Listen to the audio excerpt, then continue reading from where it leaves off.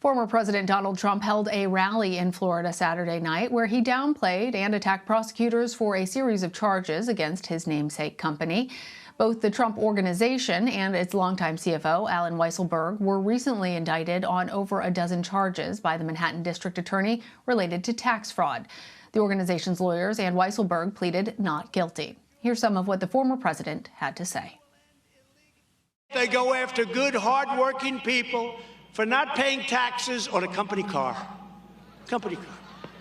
You didn't pay tax on the car or a company apartment. You used an apartment because you need an apartment because you have to travel too far where your house is.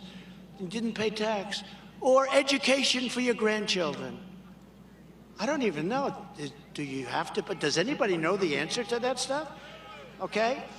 But they indict people for that.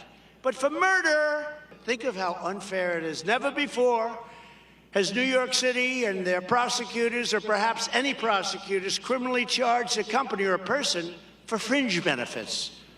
Fringe benefits. Murder's okay. Human trafficking, no problem. But fringe benefits, you can't do that. CBS News reporter Melissa Quinn has been covering this story. She joins me now from Washington.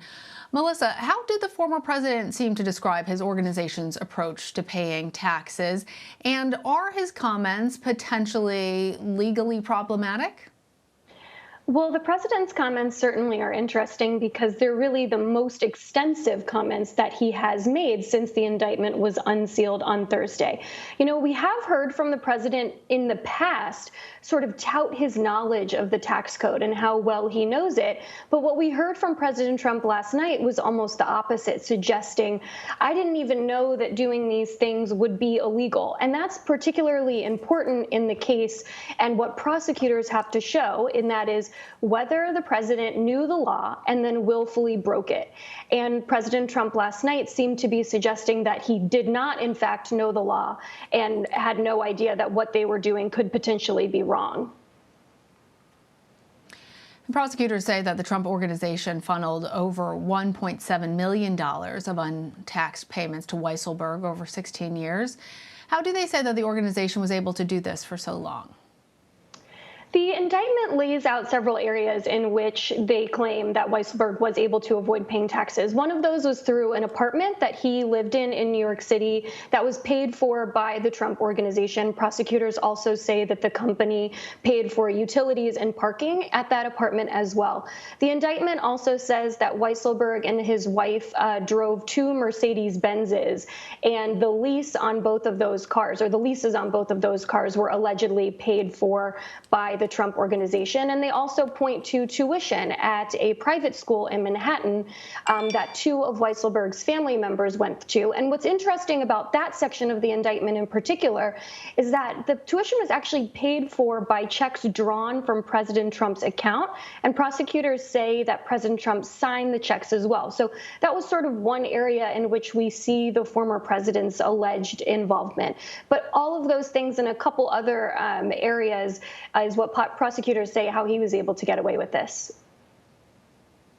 Melissa, what consequences is Weisselberg facing, and who else within the Trump Organization is likely to face charges in the near future?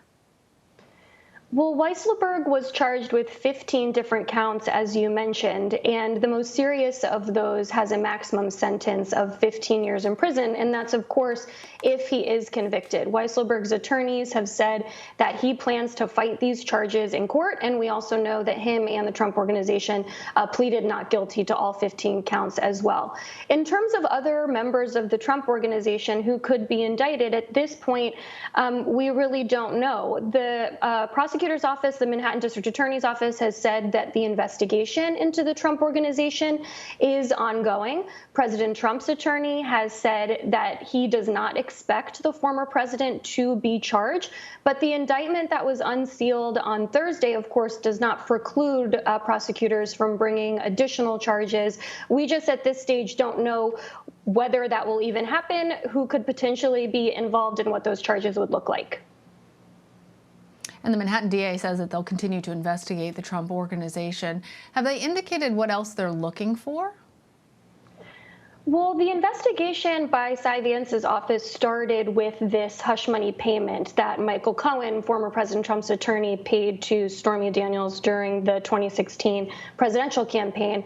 CBS has previously reported that the district attorney's office issued subpoenas for financial information related to several properties that are tied to the Trump organization.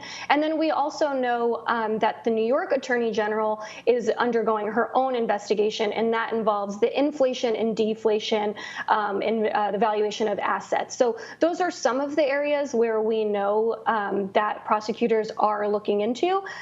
So we will have to wait and see if they do bring additional charges, what other evidence they potentially have collected. And we also know that the district attorney's office also has troves of President Trump's financial and tax records, which he received after that 2-year-long court battle that ended up at the Supreme Court. Melissa Quinn, thank you. Thank you.